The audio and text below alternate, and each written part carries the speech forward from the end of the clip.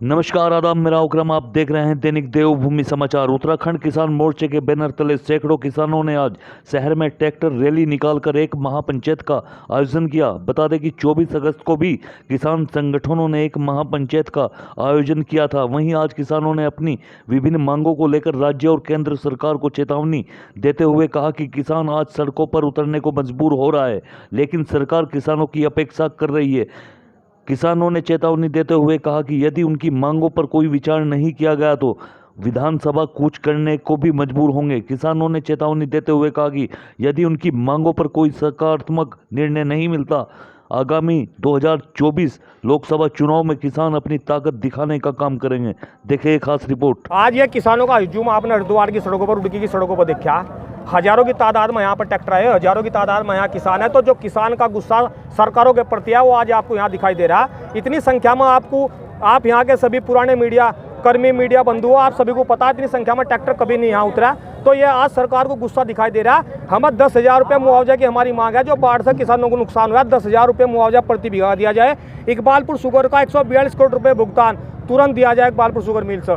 तीसरा हमारा यह है कि उत्तर प्रदेश की तर्ज पर किसानों को बिजली मुफ्त दी जाए। इन्हीं मांगों को लेकर आज सड़कों पर हजारों की तादाद में किसान उतरे आए। 2024 लोकसभा चुनाव आने वाला, क्या किसान इसका हम सरकार को जगाने के लिए आए। अगर सरकार अब भी नहीं जागी तो किसान को बैठकर निर्णय लेना पड़ेगा। सरकार के खिलाफ कड़ा कदम उठाना पड़ेगा।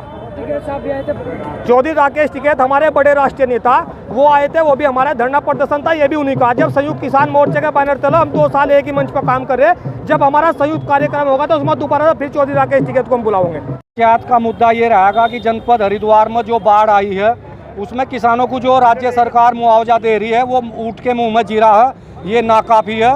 दूसरा, जब उत्तर प्रदेश और उत्तराखंड में इन्हीं की सरकार है भारतीय जनता पार्टी की, तो उत्तर प्रदेश के अंदर उन्होंने 1 साल की बिजली किसानों की माफ़ कर दी और उत्तराखंड ऊर्जा प्रदेश होते हुए भी मात्र इन्होंने 2 माह का वादा किया है, जबकि उस 2 माह में ट्यूबवेल किसान के नलकूप नहीं चले हैं। तो हमारी उत्तराखंड सरकार से मांग है कि हमें भी उत्तर प्रदेश की तर्ज पर 1 साल की नलकूप की बिजली किसानों को मुफ्त दी जा।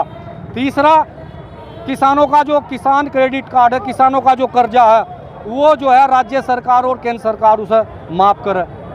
चौथा जो है वो आगामी सत्र में जो गन्ना मूल्य तय करेगी सरकार, वो कम से कम हरिद्वार उत्तराखंड के किसानों को 600 रुपये चाह, क्योंकि यहाँ बाढ़ ने इतनी त्रासदी की कि किसानों की सारी फसलें चौपट होगी। किसानों के पास चारा नहीं बचा, गन्ना नहीं बचा, तो कुछ नहीं बचा। तो इसीलिए आज ये जो इतने बड़े जनसमूह में लगभग 1500 ट्रैक्टरों का समूह रुड़की के अंदर आया है, वो इस सरकार को ये चेताने के लिए आया कि समय रहते सरकार जाग जा, नहीं तो 2024 में यही किसान जो है, जो इस जनपद हरिद्वार में निशंक जी को यहाँ सांसद बना कर लाया था, यही किसान जनपद हरिद्वार का इन्हें हराने का काम करेगा।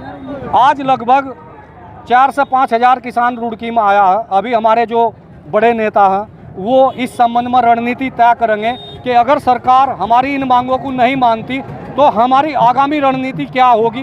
वो विधानसभा घेराव भी हो सकता है, क्योंकि आगामी विधानसभा सत्र चलेगा। लेकिन आगे की जो रूपरेखा होगी वह सभी संगठन के वरिष्ठ नेता उसे आपस में बैठकर तय करेंगे कि अगर आज इतने बड़े जनसमूह जो आज ये ज्ञापन अधिकारियों के माध्यम से सरकार को देगा, तो हम थोड़ा 10 दिन उसका इंतजार करेंगे सरकार का रेस्पॉन्स क्या रहता। अगर सरकार सकारात्मक रहती है तो उसका स्वागत है, और अगर सरकार सकारात्मक रुख नहीं रखती किसानों के प्रति तो 2024 आ रहा है, हम अपनी ताकत दिखाएंगे।